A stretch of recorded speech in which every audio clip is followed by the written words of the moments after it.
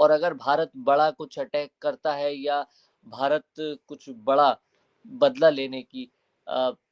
कोशिश करेगा, ज़ाहिर-सी बात है सर्वदलीय मीटिंग के बाद जो बॉडी लैंग्वेज हमने समझी और लेना भी चाहिए, क्योंकि हालात इस तरह के हो गए हैं कि हम भी तंग आ गए हैं, रोज़-रोज़ के 1-2 सैनिक मारे जाते हैं, कभी हमारे टूरिस्ट मारे जाते हैं और कभी अ, पुलवामा जैसा हमला होता है। लेकिन जब अगर ये स्थिति युद्ध वाली बनती है और एक बार फिर युद्ध होता है, तो कितना बड़ा खेती पर असर होगा, खाद्यान्न सामग्री पर कितना बड़ा असर होगा और खाद्यान्न सामग्री की कितनी बड़ी मुश्किल दोनों तरफ चुनौती बनने वाली है। साथ ही साथ खेती को कितनी बड़ी चोट पहुँचने वाली है, दोनों तरफ इधर हो या उधर हो, कितनी बड़ी चोट पहुँचेगी। देखिए, माफ़ कीजिएगा, पूरा सवाल मैं आपका बाद में सुन नहीं पाया, शायद नेटवर्क की प्रॉब्लम है, लेकिन मैं आपका जवाब देता हूँ कि पहले तो भारत जो है शांति प्रिय और हिंसा को नापसंद करने वाला देश है। तो युद्ध की जो बात है, मैं उस पर टीका-टिप्पणी नहीं कर पाऊँगा मैं क्योंकि मैं मैं उसका एक्सपर्ट नहीं हूँ। मैं लेकिन बाई एक एक ज की स्थिति बनती है, अगर बाई चांस ये युद्ध की स्थिति बनी तो हाँ, खेती कितना बड़ा नुकसान होगा और दोनों तरफ के जी किसान बिल्कुल। खाद्य सामग्री की कितनी बड़ी चुनौती बन जाएगी पूरी दुनिया के अंदर या पूरे देश के अंदर या पाकिस्तान के अंदर। देखिए साहिम, अगर सिर्फ़ युद्ध तो आप अगर एक किनारे भी रख लें कि युद्ध होता है, नहीं होता है, उसकी अलग बात है, लेकिन ये जो 6 नदियाँ पाकिस्तान को पानी सप्लाई कर रही हैं साहिब, अगर इनका पानी ही रोक दिया, सिर्फ 15 दिन भी अगर रोक दिया, तो इस वक़्त जो बड़ी फसलें, गन्ना का सबसे ज़्यादा उत्पादन करता है पाकिस्तान और चीनी जो है वो एक्सपोर्ट करता है और चीनी देश भर में इस्तेमाल करता है। इसके अलावा इस टाइम पर पाकिस्तान के कई हिस्सों में गरमा धान भी उगाई जाती है। हालाँकि भारत के कई हिस्सों में गरमा धान पर रोक लगी हुई है, क्योंकि उसमें पानी ज़्यादा इस्तेमाल होता है। वो आम धान की तुलना में जो मानसून के दौरान धान की खेती करते हैं, उसमें जितना पानी लगता है, उसकी तुलना में इस वक़्त पर जो धान की बुआई होती है, उसमें कहीं ज़्यादा पानी का इस्तेमाल होता है और इन 5 नदियों का भरपूर पानी पाकिस्तान को पहुँचता है। तो आप समझिए कि वो गर्मी में भी बम्पर तरीके से धान की खेती करता है और जब मानसून शुरू हो जाएगा, तब भी धान की खेती बम्पर तरीके से करता है। अब आप समझ लीजिए, और इस वक़्त पर सब्जी फसलें बड़े पैमाने पर पाकिस्तान करता है, जो पाकिस्तान अपने पड़ोसी अफ़गानिस्तान को सप्लाई करता है और यूरोपियन कंट्रीज़ को भी वो जो है सब्जियाँ और फलों की सप्लाई करता है, जो ख़ास तौर पर गर्मी के दौरान उगाए जाते हैं सर। अगर इन 5 नदियों का पानी रोक दिया गया, तो आप धान, गन्ना,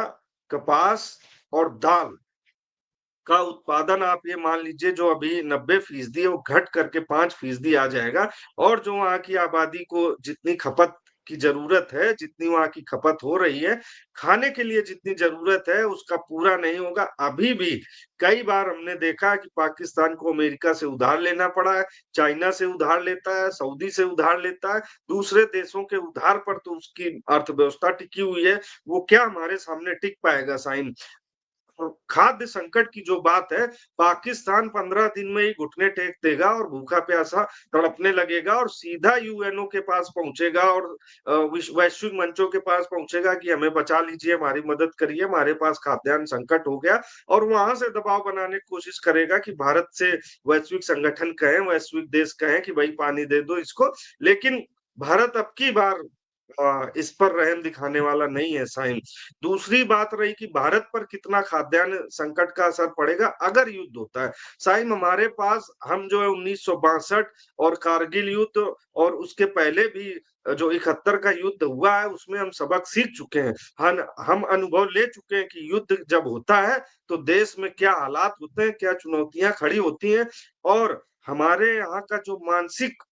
मानसिकता भी है, वो युद्ध को लेकर के काफ़ी दृढ़ और मजबूत है। हमारी इच्छा शक्ति काफ़ी प्रबल है, ख़ास करके युद्ध और किसी भी टकराव को लेकर के, किसी भी विदेशी ताकत से, आप चाइना ले लीजिए, नेपाल ले लीजिए, म्यांमार ले लीजिए या कोई भी दूसरा देश, पाकिस्तान ले लीजिए, कोई भी दूसरा देश है, हम हमेशा अपनी ताकत, अपने बचाव के साथ अपनी ताकत से लड़ने के लिए तैयार हैं। अगर युद्ध की स्थिति बनती, तो आप समझ लीजिए फूड कॉर्पोरेशन इंडिया, जिसको एफसीआई कहते हैं, बड़े पैमाने पर खाद्यान्न का स्टोरेज केंद्र सरकार यहाँ पर करती है। सहकारी समितियों के जरिए बड़े पैमाने पर कई लाख टन, मीट्रिक टन में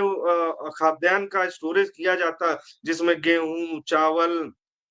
और दालों का स्टोरेज है, एनसीसीएफ है, नेफेड है,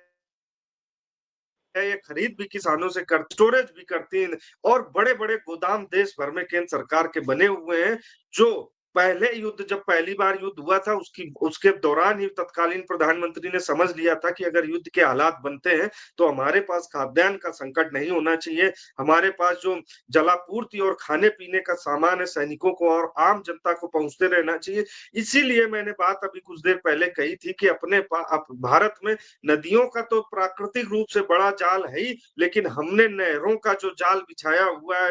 हर आप अगर औसत देखेंगे तो हर 5-7 किलोमीटर के डिस्टेंस पर एक बड़ी नहर मिल जाएगी, या एक छोटा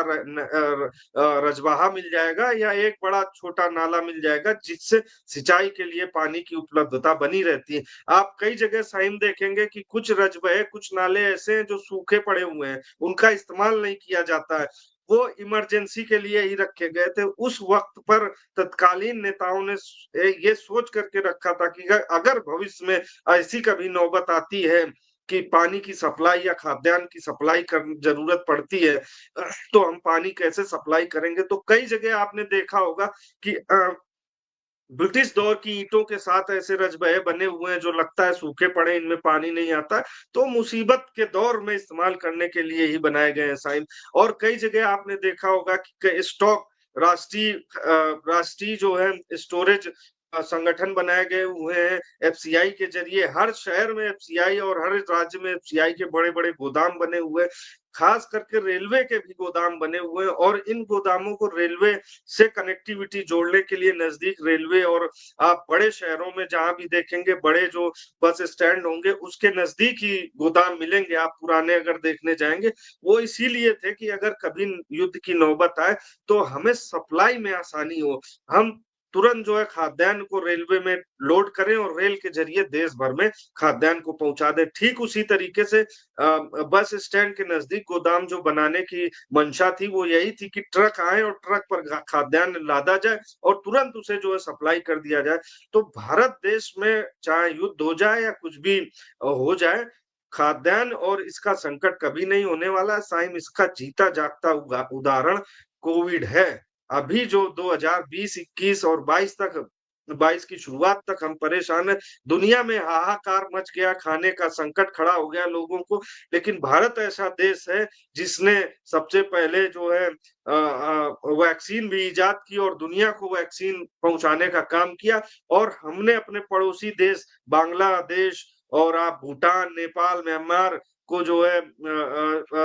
वैक्सीन की सप्लाई की, और इसके अलावा खाद्यान्न भी दिया उनको खाने के लिए। अभी जो नेपाल में भूस्खलन हुआ था तब हमने चावल वहां भेजे खाने के लिए। हमारे पास साइम चावल और खाद्यान्न का कोई संकट नहीं, हमारा बड़ा लैंड है, और हमारे पुरखों ने, पूर्वजों ने जो 3-3, 4-4 युद्ध देखे हैं, उन्होंने तभी सोच लिया था कि, और उन्होंने तभी रणनीति बना ली थी कि अगर भविष्य में कभी युद्ध होता है तो हमारी जनता को खाने पीने का दिक्कत नहीं होने चाहिए, क्योंकि जनता और जवान का अगर पेट भरा रहेगा तो वो लड़ने में पीछे नहीं हटेगा, और इच्छा शक्ति से हम पहले से मजबूत हैं। हम, हमारी बुद्ध की धरती है, हमारे यहाँ विवेकानंद की ये धरती है, हमारे पूर्वजों की धरती है जो हमें सिखा करके गए, रविन्द्रनाथ टैगोर की ये धरती है, हमारे अब्दुल कलाम की ये धरती है, वीर अब्दुल हमीद की धरती है, जो हमें सिखा करके गए हैं कि अपनी इच्छा शक्ति मजबूत रखिए और अपने दुश्मन को एक बार छोड़ दीजिए, माफ कर दीजिए। माफी देने का भी हमें सबक सिखाया गया कि आप उसको माफ कर दीजिए, लेकिन अगर दोबारा वो इस तरीके की हरकत करता है तो उसे उसकी ही जुबान में जवाब दीजिए। तो तो साइम इमरान, अगर नौबत आती है तो खाद्यान्न का कोई बात और संकट नहीं होगा। जी। आपकी इसी बात में एक बात और जोड़ना चाहूँगा, जब पूरी दुनिया लड़खड़ा रही थी कोविड में, उस वक़्त भारत खुशहाल ज़िंदगी में था। भले ही कोविड की सिचुएशन थोड़ी तकलीफ़दायक थी, लेकिन ग्रामीण इलाकों में अगर भारत के आप देखें तो वहाँ किसी तरह की कोई परेशानी नहीं थी। वैसी ही स्थिति 75% कहा जाता है भारत जो है वो ग्रामीण क्षेत्रों में बसा है। और आप भी गाँव से हैं, हम भी गाँव से हैं, हमने एक चीज़ देखा होगा, मटोरा नाम की एक चीज़ होती है, कुठिया जिसे कहते हैं। उस कुठिया में 2-4-5 क्विंटल गरीब से गरीब के घर में गेहूँ भरा होता है, उसमें 2-4 क्विंटल चावल भरा होता है। तो हम इतने सक्षम हैं कि 2-4-10 महीने तो ऐसे ही काट देंगे हम। लेकिन सोचना पाकिस्तान को है जहाँ पर 1 किलो आटे के लिए भी कत्ल हो जाता है, 1 किलो आटे के लिए भी गोली चल जाती है। ये तो उन्हें सोचना चाहिए ना। फिर भी अगर वो नापाक हरकतों से बाज नहीं आते हैं, हम नहीं कहते हैं सब खराब है, लेकिन फिर भी गेहूं के साथ घुन पिसता है। और क्योंकि जब हम किसान इंडिया है और गेहूं के साथ घुन पिसता है, तो सीधे तौर पर हम तो सबको ही कहेंगे कि आपकी तरफ से रोकथाम क्यों नहीं हुई, पब्लिक की तरफ से प्रेशर सरकार पे क्यों नहीं क्रिएट हुआ कि इस टेररिज्म को रोका जाए, क्यों किसी के घर में घुसकर नाजायज किसी को चोट पहुंचाई जाए। इन सब